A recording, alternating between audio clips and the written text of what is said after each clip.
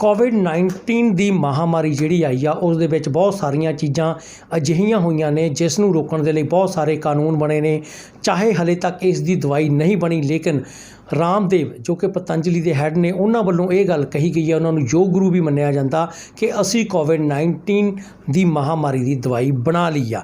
ਲੇਕਿਨ ਸਰਕਾਰ ਵੱਲੋਂ ਇਸ ਨੂੰ ਰੋਕਣ ਦੇ ਲਈ ਬਹੁਤ ਪਹਿਲਾਂ ਹੀ ਇਹ ਕਾਨੂੰਨ ਪਾਸ ਕਰ ਦਿੱਤਾ ਗਿਆ ਸੀਗਾ ਕਿ ਕੋਈ ਵੀ ਵਿਅਕਤੀ ਇਸ ਚੀਜ਼ ਨੂੰ ਪਬਲਿਕਲੀ ਜਿਹੜਾ ਨਹੀਂ ਲੈ ਕੇ ਜਾਵੇਗਾ ਜਦੋਂ ਤੱਕ ਪੂਰੀ ਤਰ੍ਹਾਂ ਦੇ ਕਲੀਨਿਕਲ ਅਤੇ ਫਿਜ਼ੀਕਲ ਜਿਹੜੀ ਦੀ ਟੈਸਟਿੰਗ ਨਹੀਂ ਪ੍ਰੋਪਰ ਹੋ ਜਾਂਦੀ। ਬਹੁਤ ਸਾਰੇ ਵਿਗਿਆਨਿਕ ਨੇ, ਬਹੁਤ ਸਾਰੇ ਦੇਸ਼ਾਂ ਦੀਆਂ ਸਰਕਾਰਾਂ ਨੇ, ਸਾਇੰਟਿਸਟ ਨੇ ਇਸ ਬਿਮਾਰੀ ਦਾ ਤੋੜ ਇਲਾਜ ਲੱਭਣ ਦੇ ਲਈ ਲੱਗੇ ਹੋਏ ਨੇ। ਲੇਕਿਨ ਕੱਲ੍ਹ ਜਿਹੜਾ ਬਾਬਾ ਰਾਮਦੇਵ ਵੱਲੋਂ ਇੱਕ ਪ੍ਰੈਸ ਕਾਨਫਰੰਸ ਕੀਤੀ ਗਈ ਆ ਅਤੇ ਉਸ ਨੂੰ ਚੈਲੰਜ ਕਰਨ ਦੇ ਲਈ ਡਾਕਟਰ ਪਰਮਜੀਤ ਸਿੰਘ ਰਾਣੂ ਸਾਡੇ ਨਾਲ ਨੇ। ਉਹਨਾਂ ਨੇ ਚੈਲੰਜ ਕੀਤਾ, ਆਯੁਸ਼ਮਾਨ ਮੰਤਰਾਲਿਆਂ ਨੂੰ ਮੇਲ ਕੀਤੀ ਅਤੇ ਜਿਸ ਦੇ ਤਹਿਤ ਉਸ ਦੇ ਉੱਪਰ ਰੋਕ ਲਗਾ ਦਿੱਤੀ ਗਈ ਆ। ਸਾਡੇ ਨਾਲ ਡਾਕਟਰ ਪਰਮਜੀਤ ਸਿੰਘ ਰਾਣੂ ਨੇ ਪੂਰੀ ਗੱਲ ਉਹਨਾਂ ਤੋਂ ਸਮਝਦੇ ਆ। ਰਾਣੂ ਸਾਹਿਬ, ਸਭ ਤੋਂ ਪਹਿਲਾਂ ਤੁਹਾਡਾ ਸਵਾਗਤ ਹੈ ਜੀ।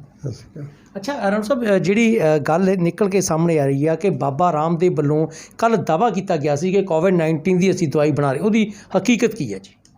ਦੇਖੋ, ਬਾਬਾ ਰਾਮਦੇਵ ਜੀ ਬੜੇ ਹੀ ਰਿਸਪੈਕਟਫੁਲ ਪਰਸਨੈਲਿਟੀ ਨੇ ਸਾਡੇ ਦੇਸ਼ ਦੇ ਵਿੱਚ। ਉਹਨਾਂ ਨੇ ਯੋਗਾ ਦੇ ਵਿੱਚ ਇੱਕ ਐਸਾ ਰੈਵੋਲਿਊਸ਼ਨ ਲਿਆਂਦਾ ਹੈਗਾ ਜਿਹਦੇ ਨਾਲ ਆਲ ਓਵਰ ਇੰਡੀਆ ਹੀ ਨਹੀਂ, ਇੰਟਰਨੈਸ਼ਨਲ ਲੈਵਲ 'ਤੇ ਇੱਕ ਜਾਗਰਤੀ ਲੋਕਾਂ ਦੇ ਵਿੱਚ ਆਈ ਕਿ ਹਾਂ, ਇੱਕ ਯੋਗ ਵੀ ਇੱਕ ਐਸੀ ਪ੍ਰਣਾਲੀ ਹੈ, ਇਲਾਜ ਪ੍ਰਣਾਲੀ ਹੈ ਜਿਹਦਾ ਬਿਨਾਂ ਦਵਾਈ ਤੋਂ ਤੁਸੀਂ ਇਲਾਜ ਕਰ ਸਕਦੇ ਹੋ। ਪਰ ਅਫਸੋਸ ਇਸ ਗੱਲ ਦਾ ਕਿ ਉਹਨਾਂ ਦਾ ਇੱਕ ਜਿਹੜਾ ਨਾਲ ਬਿਜ਼ਨਸ ਚੱਲ ਰਿਹਾ ਪਤੰਜਲੀ ਦਾ, ਜਿਹਦੇ 'ਚ ਉਹ ਫਾਰਮਾਸਿਊਟੀਕਲ ਕੰਪਨੀ ਬਣਾਈ ਹੋਈ ਹੈ ਉਹਨਾਂ ਦੀ, ਉਹਦੇ ਤਹਿਤ ਇੱਕ ਜਿਹੜਾ ਉਹਨਾਂ ਨੇ ਦਾਅਵਾ ਕੀਤਾ ਕਿ ਅਸੀਂ ਕੋਵਿਡ ਦੀ ਦਵਾਈ ਬਣਾ ਲਈ ਹੈ, ਇਲਾਜ ਕਰਨਾ ਸ਼ੁਰੂ ਕਰ ਦਿੱਤਾ, ਮਰੀਜ਼ਾਂ ਨੂੰ ਫਾਇਦਾ ਹੋ ਰਿਹਾ ਹੈਗਾ। ਇਹ ਇੱਕ ਬਹੁਤ ਹੀ ਫੇਕ ਨਿਊਜ਼ ਸੀ ਜਿਹਦਾ ਦਾਅਵਾ ਜਿਹੜੇ ਉਹਨਾਂ ਨੇ ਕੀਤੇ ਆ ਉਹ ਬਿਲਕੁਲ ਮੈਂ ਸਮਝਦਾ ਕਿ ਉਹ ਬੇਬੁਨਿਆਦ ਨੇ। ਬਿਕੋਜ਼ ਜਿਹੜਾ ਸਾਡਾ ਮੰਤਰਾਲਾ ਹੈ, ਆਯੂਸ਼ ਮੰਤਰਾਲਾ, ਜਿਹਦੇ ਤਹਿਤ ਯੋਗਾ ਵੀ ਔਰ ਹੋਮਿਓਪੈਥੀ ਵੀ, ਆਯੁਰਵੇਦ ਵੀ, ਸਾਰੀਆਂ ਪ੍ਰਣਾਲੀਆਂ ਆਉਂਦੀਆਂ ਨੇ। ਇੱਕ ਵੱਖਰਾ ਮੰਤਰਾਲਾ ਹੈ ਭਾਰਤ ਸਰਕਾਰ ਦਾ, 2014 'ਚ ਐਸਟੈਬਲਿਸ਼ ਹੋਇਆ ਸੀ ਔਰ ਇਹਦਾ ਇੱਕ ਬਜਟ ਹੈ ਬਹੁਤ ਵੱਡਾ। ਔਰ ਮੈਂ ਉਸ ਮੰਤਰਾਲੇ ਦੇ ਵਿੱਚ ਜਿਹੜੀ ਸੈਂਟਰਲ ਕਾਊਂਸਲ ਆਫ ਹੋਮਿਓਪੈਥੀ ਆ ਉਹਦਾ ਮੈਂ ਫਾਰਮਰ ਮੈਂਬਰ ਵੀ ਹਾਂ। 17 ਸਾਲ ਮੈਂ ਮੈਂਬਰ ਰਿਹਾ ਉਸ ਕਮੇਟੀ ਦਾ। ਔਰ ਅੱਜ ਦੀ ਡੇਟ ਵਿੱਚ ਮੈਂ ਪੰਜਾਬ ਸਰਕਾਰ ਦੀ ਜਿਹੜੀ ਐਥੀਕਲ ਕਮੇਟੀ ਹੈ ਉਸ ਐਥੀਕਲ ਕਮੇਟੀ ਦਾ ਵੀ ਮੈਂ ਚੇਅਰਮੈਨ ਹੈਗਾ ਇਸ ਵੇਲੇ। ਸੋ ਬਤੌਰ ਬੀਇੰਗ ਇੱਕ ਜ਼ਿੰਮੇਵਾਰ ਵਿਅਕਤੀ ਹੋਣ ਦੇ ਨਾਤੇ ਮੈਂ ਇਹ ਜਿਹੜੀ ਮੇਲ ਆਯੁਸ਼ ਮੰਤਰਾਲੇ ਨੂੰ ਕੱਢੀ ਹੈ ਕਿ ਇਹ ਜਿਹੜਾ ਦਾਅਵੇਦਾਰੀ ਹੈ ਇਹਨਾਂ ਦੀ, ਇਹਦੇ 'ਤੇ ਗੌਰ ਕੀਤਾ ਜਾਵੇ। ਇਹ ਕਨਫਿਊਜ਼ਿੰਗ ਵੀ ਹੈ ਔਰ ਲੋਕਾਂ ਦੇ ਵਿੱਚ ਇਹਦੇ ਨਾਲ ਭਰਮ ਪੈਦਾ ਹੋ ਰਿਹਾ ਔਰ ਪੈਂਡੈਮਿਕ ਦੇ ਵਿੱਚ ਕਿਤੇ ਕੋਈ ਕਿਸੇ ਦਾ ਨੁਕਸਾਨ ਨਾ ਹੋ ਜਾਵੇ। ਕਿਉਂਕਿ ਗੌਰਮੈਂਟ ਆਫ ਇੰਡੀਆ ਨੇ ਪਹਿਲਾਂ ਹੀ ਆਪਣੇ 1 ਅਪ੍ਰੈਲ 2020 ਨੂੰ ਮਿਨਿਸਟਰੀ ਆਫ ਆਯੂਸ਼ ਨੇ ਇੱਕ ਐਡਵਾਈਜ਼ਰੀ ਜਾਰੀ ਕੀਤੀ ਸੀ ਜਿਹਦੇ ਸਪੈਸ਼ਲੀ ਉਹਨਾਂ ਨੇ ਮੈਂਸ਼ਨ ਕੀਤਾ ਕਿ ਨੈਸ਼ਨਲ ਡਿਜ਼ਾਸਟਰ ਮੈਨੇਜਮੈਂਟ ਐਕਟ ਦੇ ਤਹਿਤ ਅਗਰ ਡਰੱਗਸ ਐਂਡ ਕਾਸਮੈਟਿਕ ਐਕਟ ਦੀ ਉਲੰਘਣਾ ਕਰਦੇ ਹੋਏ ਕੋਈ ਵੀ ਐਸੀ advertisement homeopath, Ayurveda, AYUSH, yoga, AYUSH doctor ਜਿਹੜੇ ਉਹ ਨਹੀਂ ਕਰਨਗੇ। ਅਗਰ ਕੋਈ ਕਰਦਾ ਹੈ ਤਾਂ ਉਹਨੂੰ ਸਰਕਾਰ ਦੀ ਜ਼ਿੰਮੇਵਾਰੀ ਬਣਦੀ ਹੈ, ਸਟੇਟ ਗੌਰਮੈਂਟਸ ਦੀ, ਕਿ ਉਹਨੂੰ ਰੋਕਿਆ ਜਾਵੇ।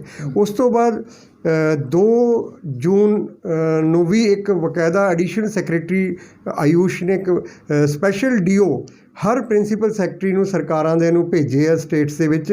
ਔਰ ਉਹਦੇ ਵਿੱਚ ਵੀ ਉਹਨਾਂ ਨੇ ਸਪੈਸ਼ਲੀ ਮੈਂਸ਼ਨ ਕੀਤਾ ਕਿ ਅਗਰ ਉਹ ਨਹੀਂ ਰੁਕਦਾ ਵਿਅਕਤੀ ਤਾਂ ਉਹਨਾਂ 'ਤੇ ਪਰਚਾ ਵੀ ਦਰਜ ਕੀਤਾ ਜਾਵੇ, FIR ਦਰਜ ਕੀਤੀ ਜਾਵੇ। ਅੱਛਾ, ਅਤੇ ਤੁਸੀਂ ਹੁਣ ਜਿਹੜਾ ਸਰਕਾਰ ਨੂੰ ਕੱਲ੍ਹ ਮੇਲਸ ਕੀਤੀਆਂ ਸੀਗੀਆਂ, ਆਯੁਸ਼ਮਾਨ ਜਿਹੜਾ ਡਿਪਾਰਟਮੈਂਟ ਹੈਗਾ, ਮੰਤਰਾਲਾ ਹੈਗਾ, ਉਹਨੂੰ ਕੀਤਾ ਸੀ, ਤਾਂ ਉਸ ਦੇ ਨਾਲ ਹੁਣ ਇਸ ਦਵਾਈ 'ਤੇ ਰੋਕ ਲਾ ਦਿੱਤੀ ਗਈ ਹੈ? ਦੇਖੋ, ਗੌਰਮੈਂਟ ਨੇ ਸੂਮੋਟੋ ਲਿਆ ਹੈਗਾ, ਸਾਡੀਆਂ ਈਮੇਲਸ ਗਈਆਂ ਨੇ ਔਰ ਸਾਡੀਆਂ ਜਥੇਬੰਦੀਆਂ ਦੀ ਵੀ ਗਈਆਂ ਨੇ। ਮੈਂ in personal capacity being chairman of the ethical committee ਮੈਂ ਖੁਦ ਵੀ ਮੇਲਸ ਕੀਤੀਆਂ ਨੇ ਔਰ ਉਹਦੇ ਵਿੱਚ ਮੈਂ ਮੰਤਰੀ ਜੀ ਨੂੰ ਵੀ ਮੇਲ ਕੀਤੀ ਹੈ, ਸੈਕਟਰੀ ਸਾਹਿਬ ਨੂੰ ਵੀ ਮੇਲ ਕੀਤੀ ਹੈ ਔਰ ਈਵਨ CCRH ਨੂੰ ਮੇਲ ਕੀਤੀ ਹੈ। ਹਰ ਜਗ੍ਹਾ 'ਤੇ ਅਸੀਂ ਮੇਲਸ ਭੇਜੀਆਂ ਨੇ ਅਤੇ ਉਹਦੇ ਤਹਿਤ ਇੱਕ ਰੋਕ ਜ਼ਰੂਰ ਲੱਗੀ ਹੈ ਉਹਨਾਂ 'ਤੇ ਔਰ ਉਹਨਾਂ ਨੂੰ ਕਿਹਾ ਗਿਆ ਕਿ ਤੁਸੀਂ ਇਹਦੀ ਕੋਈ ਪਬਲਿਸਿਟੀ ਨਹੀਂ ਕਰੋਗੇ ਔਰ ਉਹਨੂੰ ਚੈੱਕ ਕੀਤਾ ਜਾ ਰਿਹਾ ਹੈ ਕਿ ਉਹਦੀ ਅਥੈਂਟਿਸਿਟੀ ਜਿਹੜੀ ਦਵਾਈ ਦੀ ਉਹ ਕੀ ਹੈਗੀ ਆ। ਅੱਛਾ, ਸਾਰੇ ਦੇਸ਼ਾਂ ਦੀ ਗੱਲ ਕਰ ਰਹੀ ਹੈ, ਪੂਰੇ ਵਰਲਡ ਦੇ ਵਿੱਚ ਇਸ ਨੂੰ ਲੈ ਕੇ ਜਿਹੜਾ ਟਰਾਇਲ ਕੀਤਾ ਜਾਂਦਾ, ਸਭ ਤੋਂ ਪਹਿਲਾਂ ਜੇਕਰ ਆਪਾਂ ਕਰੀਏ ਤਾਂ ਜਾਨਵਰਾਂ 'ਤੇ ਕੀਤਾ ਜਾਂਦਾ, ਉਸ ਤੋਂ ਬਾਅਦ ਫਿਰ ਲੈਬ ਟੈਸਟ ਹੋਣੇ ਨੇ, ਫਿਰ ਲੋਕਾਂ ਦੇ ਇਹਦਾ ਟੈਸਟ ਕੀਤਾ ਜਾਂਦਾ, ਕਲੀਨਿਕਲ ਟੈਸਟ ਹੁੰਦੇ ਨੇ, ਬਹੁਤ ਸਾਰੇ ਟੈਸਟ ਹੁੰਦੇ ਨੇ। ਅਤੇ ਤੁਹਾਨੂੰ ਲੱਗਦਾ ਕਿ ਰਾਮਦੇਵ ਵੱਲੋਂ ਜਿਹੜੀ ਦਵਾਈ ਪੇਸ਼ ਕੀਤੀ ਕਿਤੇ ਟੈਸਟ ਹੋਇਆ ਹੋਊਗਾ? ਦੇਖੋ, ਜਿਹੜੀ ਗੌਰਮੈਂਟ ਆਫ ਇੰਡੀਆ ਦਾ ਇੱਕ ਨੋਟੀਫਿਕੇਸ਼ਨ ਹੈ ਬਕਾਇਦਾ, ਦੇ ਉੱਪਰ ਮੈਂ ਨੋਟੀਫਿਕੇਸ਼ਨ ਦੀ ਕਾਪੀ ਵੀ ਤੁਹਾਨੂੰ ਦੇਵਾਂਗਾ, ਤੁਸੀਂ ਉਹ ਪੜ੍ਹ ਕੇ ਪਬਲਿਕ ਨੂੰ ਦਿਖਾ ਵੀ ਸਕਦੇ ਹੋ। ਉਹਦੇ ਵਿੱਚ ਬਹੁਤ ਵੱਡੀਆਂ ਗਾਈਡਲਾਈਨਸ ਨੇ ਜਿਹਦੇ ਵਿੱਚ ਬਕਾਇਦਾ ਲਿਖਿਆ ਗਿਆ ਹੈਗਾ ਕਿ ਇਹ ਜਿਹੜੀ ਬਿਨਾਂ ਸਰਕਾਰ ਦੀ ਸੁਪਰਵਿਜ਼ਨ ਦੇ ਕੋਈ ਵੀ ਇੱਦਾਂ ਦਾ ਕੋਈ ਜਿਹੜਾ ਛੋਟਾ ਤੋਂ ਛੋਟਾ ਜਾਂ ਵੱਡੇ ਤੋਂ ਵੱਡਾ ਹਸਪੀਟਲ ਜਾਂ ਕਲੀਨਿਕ ਆਪਣੀ ਰਿਸਰਚ ਜਿਹੜੀ ਹੈ ਉਹ ਟਰਾਇਲਸ ਨਹੀਂ ਕਰ ਸਕਦਾ ਹੈਗਾ, ਔਰ ਉਹਨੂੰ ਅਪਡੇਟ ਦੇਣਾ ਪਏਗਾ ਗਵਰਨਮੈਂਟ ਆਫ ਇੰਡੀਆ ਨੂੰ, ਬਕਾਇਦਾ ਪ੍ਰੋਪਰ ਮਿਨਿਸਟਰੀ ਨੂੰ। ਔਰ ਈਵਨ ਆਯੂਸ਼ ਦੇ ਵਿੱਚ ਵੀ ਉਹਨਾਂ ਨੇ ਮਿਨਿਸਟਰੀ ਆਫ ਆਯੂਸ਼ ਦੀਆਂ ਵੀ ਗਾਈਡਲਾਈਨਸ ਨੇ, ਜਿਹਦੇ ਵਿੱਚ ਸਪੈਸ਼ਲ ਮੈਂਸ਼ਨਡ ਹੈ ਕਿ ICMER ਦੀਆਂ ਗਾਈਡਲਾਈਨਸ ਨੇ। ਬਾਕੀ ਇਹਦੀਆਂ ਜਿਹੜੀ ਇਹ ਕਲੀਨਿਕਲ ਟਰਾਇਲਸ ਨੇ ਇਹ ਰਜਿਸਟਰਡ ਹੋਣੀਆਂ ਜ਼ਰੂਰੀ ਨੇ, ਔਰ ਇਹਨਾਂ ਦੀ ਕੋਈ ਵੀ ਮੈਡੀਸਿਨ ਜਿਹੜੀ ਆ ਰਜਿਸਟਰ ਨਹੀਂ ਹੋਈ ਹੈਗੀ, ਔਰ ਉਹਦੇ 'ਤੇ ਜਿਹੜੀ ਆ ਗਵਰਨਮੈਂਟ ਆਫ ਇੰਡੀਆ ਜਿਹੜੀ ਇਸ ਵੇਲੇ ਪੂਰੀ ਤਹਿਕੀਕਾਤ ਕਰ ਰਹੀ ਹੈ। ਇੱਕ ਗੱਲ ਦੂਸਰੀ ਆਪਾਂ ਕਰੀਏ, ਕੱਲ੍ਹ ਪ੍ਰੈਸ ਕਾਨਫਰੰਸ ਕੀਤੀ ਗਈ ਆ। ਕਾਨਫਰੰਸ ਦੇ ਵਿੱਚ ਕੀ ਆ ਕਿ ਅੱਜ ਵੀ ਲੋਕ ਖਬਰਾਂ 'ਤੇ ਯਕੀਨ ਕਰਦੇ ਨੇ।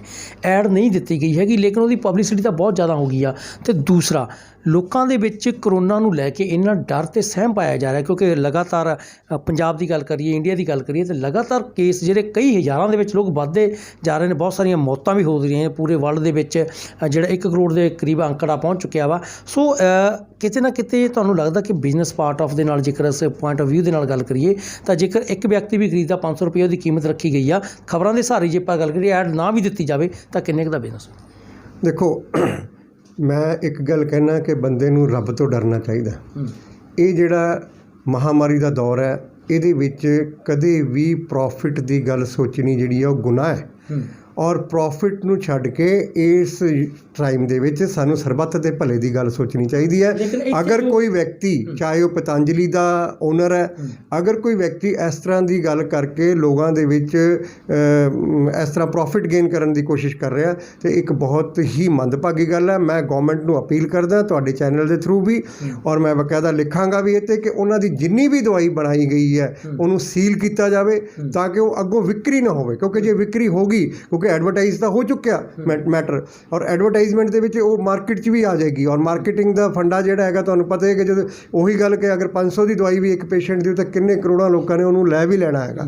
ਸੋ ਬਿਲਕੁਲ, ਸੋ ਇਸ ਚੀਜ਼ ਦੇ ਉੱਪਰ ਜਿਹੜਾ ਹੈਗਾ ਬਕਾਇਦਾ ਗਵਰਨਮੈਂਟ ਨੂੰ ਪੂਰਾ, ਮਤਲਬ ਕਿ ਵੈਸੇ ਤਾਂ ਗਵਰਨਮੈਂਟ ਚੈੱਕ ਕਰ ਰਹੀ ਹੈ, ਜਿੱਥੋਂ ਤੱਕ ਮੈਨੂੰ ਅੱਜ ਇਨਫੋਰਮੇਸ਼ਨ ਮਿਲੀ ਹੈਗੀ ਹੈ ਕਿ ਉਹਨਾਂ ਨੇ ਉਹਨੂੰ ਰੋਕਤਾ ਹੈਗਾ ਵੀ ਕੋਈ ਵੀ ਤੁਹਾਡੀ ਮੈਡੀਸਿਨ ਸੇਲ ਵੀ ਨਹੀਂ ਹੋਏਗੀ, ਮਾਰਕੀਟ ਦੇ ਵਿੱਚ ਜਾਏਗੀ ਨਹੀਂ। ਔਰ ਡਰੱਗ ਕੰਟਰੋਲਰਸ ਨੇ ਜਿਹੜੇ ਅਲੱਗ-ਅਲੱਗ ਜ਼ਿਲ੍ਹਿਆਂ ਦੇ, ਉਹਨਾਂ ਦੀ ਡਿਊਟੀ ਬਣਦੀ ਹੈਗੀ ਆ ਕਿ ਸਟੇਟਸ ਦੇ, ਕਿ ਉਹਨਾਂ ਦੀ ਡਿਊਟੀ ਬਣਦੀ ਹੈ ਕਿ ਇਸ 'ਤੇ ਚੈੱਕ ਕਰਨ।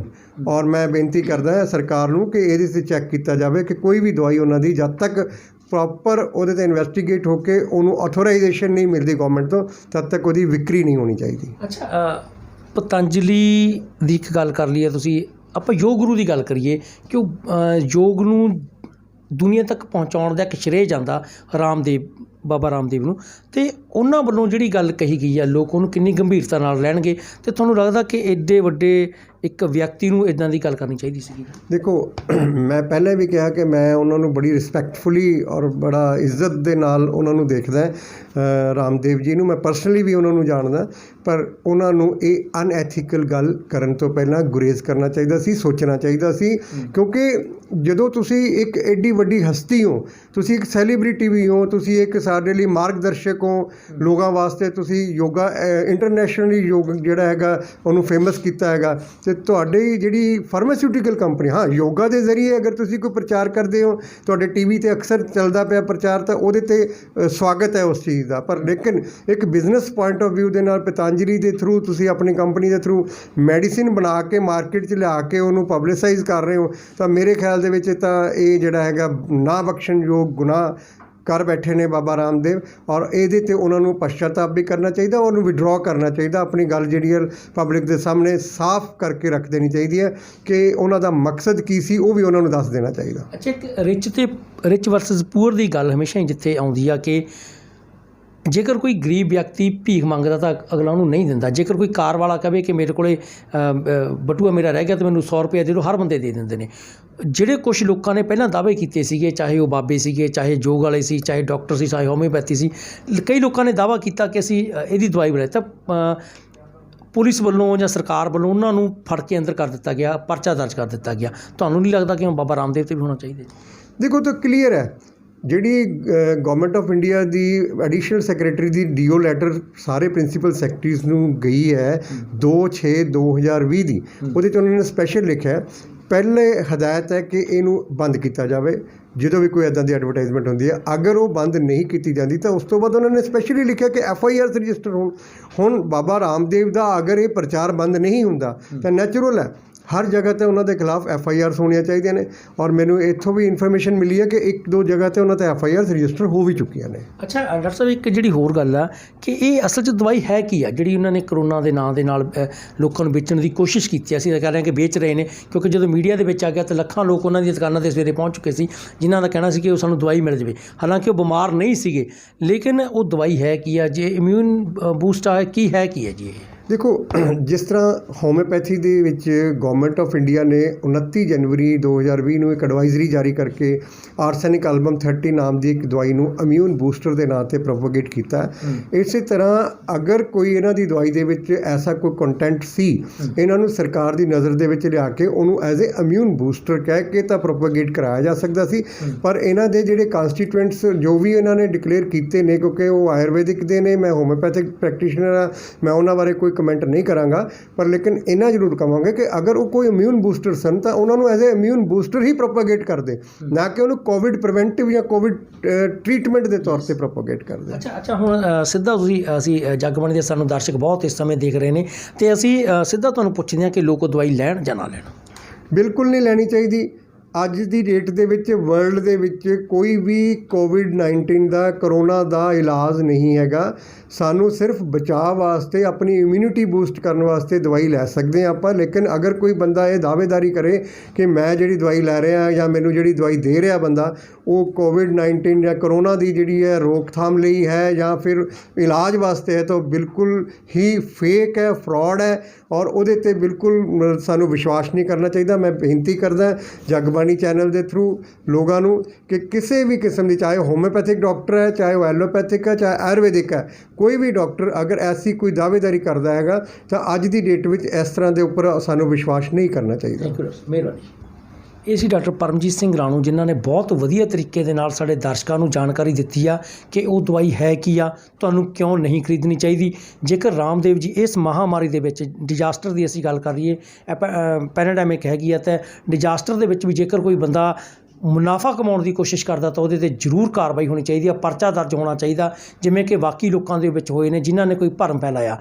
ਦੂਸਰਾ, ਉਹਨਾਂ ਨੇ ਦੱਸਿਆ ਹਾਲੇ ਵਰਲਡ ਦੇ ਵਿੱਚ ਕਿਤੇ ਵੀ ਪ੍ਰੋਪਰ ਇਹ ਗੱਲ ਨਹੀਂ ਕਹੀ ਗਈ, ਚਾਹੇ ਸਾਇੰਟਿਸਟ ਹੋਵੇ, ਚਾਹੇ ਵਿਗਿਆਨੀ ਹੋਵੇ ਜਾਂ ਡਾਕਟਰ ਹੋਵੇ, ਜਾਂ ਇਸ ਦੇ ਨਾਲ ਗੱਲ ਕਰੀਏ ਸਰਕਾਰ ਦੀ ਗੱਲ ਕਰੀਏ, ਕਿਸੇ ਵੱਲੋਂ ਇਹ ਗੱਲ ਨਹੀਂ ਕਹੀ ਗਈ ਕਿ ਜਿਹੜੀ ਦਵਾਈ ਆ ਬਣ ਚੁੱਕੀ ਆ। ਇਸ ਕਰਕੇ ਤੁਹਾਨੂੰ ਹਲੇ ਕੋਈ ਵੀ ਦਵਾਈ ਖਰੀਦਣ ਦੀ ਲੋੜ ਨਹੀਂ ਜਿੰਨਾ ਟਾਈਮ ਇਹਦਾ ਕਲੀਨਿਕਲ ਟੈਸਟ ਨਹੀਂ ਹੋ ਜਾਂਦਾ, ਲੋਕਾਂ ਦੇ ਉੱਤੇ ਪ੍ਰੋਪਰ ਇਸ ਨੂੰ ਇਸਤੇਮਾਲ ਕਰਕੇ ਨਹੀਂ ਦੇਖਿਆ ਜਾਂਦਾ। ਉਸ ਟੈਸਟ ਤੋਂ ਹੋਣ ਤੋਂ ਬਾਅਦ ਹੀ ਜੇਕਰ ਤੁਹਾਨੂੰ ਰਿਕਮੈਂਡੇਸ਼ਨ ਆਉਂਦੀ ਆ, ਸਰਕਾਰ ਦੀ ਰਿਕਮੈਂਡੇਸ਼ਨ ਆਉਂਦੀ ਆ, ਫਿਰ ਹੀ ਤੁਸੀਂ ਦਵਾਈ ਖਰੀਦੋ। ਅਤੇ ਡਾਕਟਰ ਸਾਹਿਬ ਦੀ ਅਤੇ ਹੋਰ ਜਿਹੜੀਆਂ ਸੰਸਥਾਵਾਂ ਨੇ, ਡਾਕਟਰ ਪਰਮਜੀਤ ਸਿੰਘ ਰਾਣੂ ਦੇ ਨਾਲ ਹੋਰ ਬਹੁਤ ਸਾਰੀਆਂ ਸੰਸਥਾਵਾਂ ਜੁੜੀਆਂ ਨੇ ਜਿਨ੍ਹਾਂ ਨੇ ਬਾਬਾ ਰਾਮਦੇਵ ਦੇ ਜਿਹੜੇ ਖਿਲਾਫ ਆ, ਜਿਹੜੀ ਉਹਨਾਂ ਦੀ ਦਵਾਈ ਦੇ ਖਿਲਾਫ ਆਯੂਸ਼ ਮੰਤਰਾਲਿਆਂ ਨੂੰ ਈਮੇਲਸ ਕੀਤੀਆਂ, ਪਰਸਨਲੀ ਉਹਨਾਂ ਨੂੰ ਫੋਨ ਕੀਤੇ ਕਿ ਇਸ ਨੂੰ ਰੋਕਿਆ ਜਾਵੇ ਅਤੇ ਉਸ 'ਤੇ ਉਹਨੂੰ ਰੋਕ ਲਗਾ ਦਿੱਤੀ ਗਈ ਆ।